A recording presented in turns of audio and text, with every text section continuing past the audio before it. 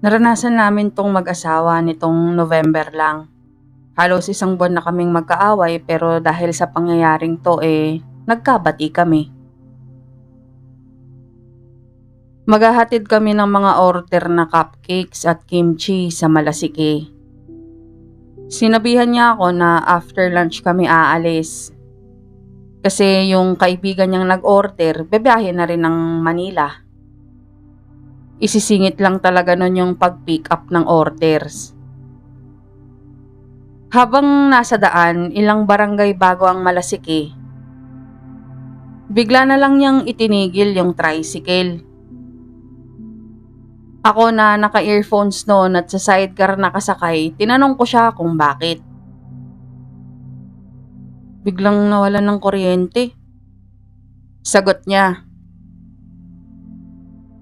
aburido na ang mukha niya kasi nga may hinahabol siyang oras. Paano yan? Tanong ko.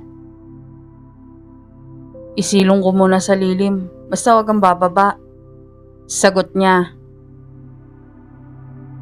Sa kabilang panig ng kalsada niya nilagay ang tricycle kasi doon mapuno. Imbes na kalikutin nga lang niya yung motor, sumakay siya tapos sinubukan niyang start. Nag-start. Sumilip ako ulit nun. Naanyani, sabi niya sa akin. Sa Tagalog, ang ibig sabihin nun, namulto. Di tuloy ang biyahe. Di nag-sound trip na ako ulit. Tapos siguro mga ilang minuto, ayan na naman. Tumigil na naman yung tricycle. Sumilip ulit ako sa kanya. Wala amoy naawit ta. Simula niya bago ako makapagsalita. Ang ibig sabihin nun sa Tagalog, may nadala ata tayo. Nadala na entity. Siyempre, November 2 pa lang nun, katatapos pa lang ng undas. Tinatry niyang bumusina, pero wala talagang kuryente, as in patay. Bubusina sana siya para lang kung sakaling may sumama nga sa amin, ma-ward off ba? Bumaba ako sa sidecar at sinamahan na siya sa labas. Naiinis na ako nun kasi ang init katanghali ang tapat. Tapos nung pinindot ko yung start button, kasi 'di ba yung mga motor ngayon pwedeng manual kick o yung push button lang. Aba, biglang nag-start. Nagtinginan na kami at bumakride na ako noon. Wala amon talaga, Bugs. Sabi niya. Sa Tagalog, ang ibig sabihin, meron nga ata talaga. Sa isip ko nun, nagtataka na rin ako. Kasi chinek na talaga niya yung wires, yung fuse, pati yung battery. Lahat naman okay. Sa ikatlong pagkakataon na tumirik kami, ang ginawa ko, inurasan ko na. Nung ikalimang pagtirik ng tricycle, napansin ko na tatakbo kami ng 5 minuto, tapos mawawalan ng kuryente ng 10 minuto. Eksakto. Napatunayan kong ganoon nga ang pattern nung ikapitong pagtirik namin at nasa Don Pedro na kami. Sabi ko sa kanya sa ikawalong pagkakataon, tambay muna kami sa may tindahan na ilang metro na lang ang layo sa amin. Nakinig naman siya. Nagyosi siya, ako naman bumili ng makakain ko. Nakaka-timer pa rin ang sipi ko nun. Nag-start na rin ako magdasal sa isip ko. Kako sa Diyos nun, kayo po ba to? Kung kayo ito, alam kong may dahilan. Baka pwedeng ipaintindi niyo sa akin. Ilang minuto lang pagkasabi ko sa isip ko niyan, may Montero na humagibis na dumaan. Yung as in ang bilis. Yung tricycle namin nasa gilid na talaga pero muntik pang mahagip. Doon na ako pinanindigan ng balahibo, lalo na nung kusang bumusina ang motor namin, yung tuloy-tuloy. Siya ang akala niya minumulto kami, pero ako, iba na ang nasa isip ko.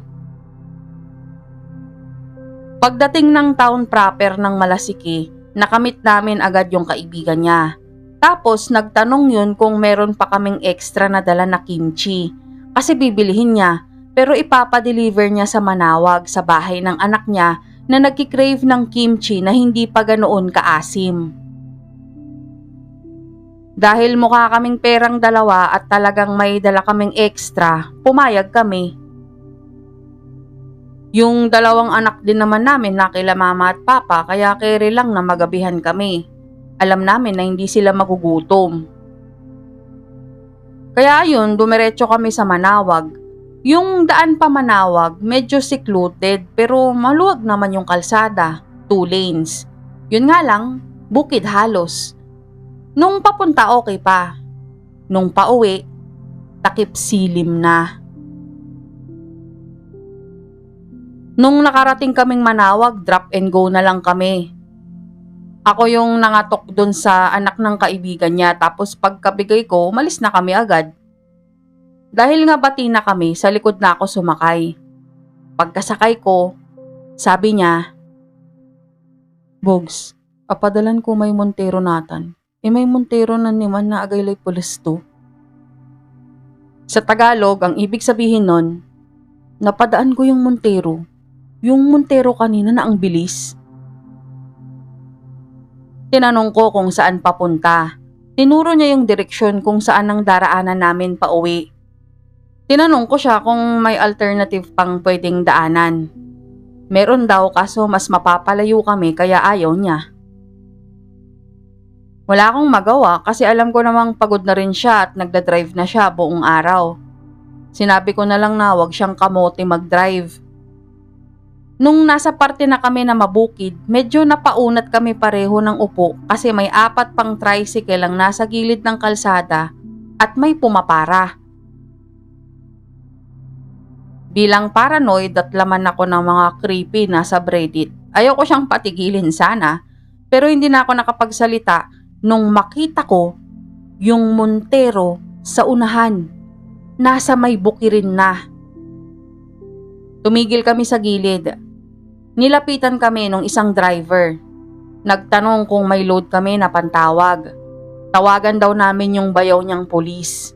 Kasi yung Montero bigla na lang nagtuloy-tuloy sa bukid. Nung sinilip nila yung kalagayan ng driver, nakanguy-nguy na yon sa steering wheel. Ayaw naman nilang basagin yung bintana, baka kasi lasing lang at baka pagbayarin sila sa binasag nila. Habang dinadial ko yung number, nakalapit na rin kami sa ibang nandun. Nangatog ako nung marinig yung kwento nilang 4. Hindi sila magkakakilala ha, pero pare-pareho sila ng naranasan bago sila mapunta sa lugar na yon.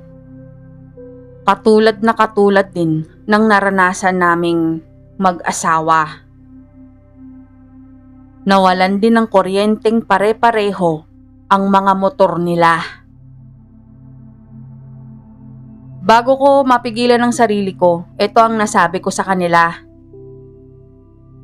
"La, ganyan din po yung naranasan namin kanina. Ilang beses, marami. Kung siguro hindi kami namatayan ng kuryente." Nasa unahan niya tayo. Baka tuloy ng isa sa 4 na driver. Baka hindi na tayo nag-uusap-usap ngayon. Tuloy ulit ng isa pa. Pagdating ng pulis na pinatawagan sa amin, nalaman namin na lasing yung driver. Kaiba sa kinakatakot ng lahat na naatake sa puso o na-stroke. Pero halos hindi kami makapagsalita lahat nung marinig yung sinabi nung isa pang pulis. "Wala abang gatuya ay. Agyan na yarin paalisan basta-basta no amaw-mawan la." Sa Tagalog, ang ibig sabihin, may nabangga to. Hindi to pwedeng paalisin basta-basta pag bumaba na yung amats niya. At kitang-kita nga namin sa unahan ng sasakyan yung yupi at yung dugo sa daliri ng pulis. Yung dugo galing doon sa nahawakan niyang yupi sa harapan ng sasakyan. Hindi namin napansin na may dugo kasi kulay itim yung Montero at hindi naman ganoon kaliwanag ang mga poste ng ilaw doon. Naniniwala ako na divine intervention ang nangyaring pagkawala ng kuryente ng mga motor namin nung umaga. Kaya kayo, huwag kayong maimbierna kung parang minamalas kayo. Ayaw mag-start ng sasakyan nyo, nakalimutan nyo yung susi, nakalimutan ng ID, delayed ng flight. Kasi maaaring gawa yan ng Diyos para iligtas ka. Kasi hindi mo pa oras na makasama siya.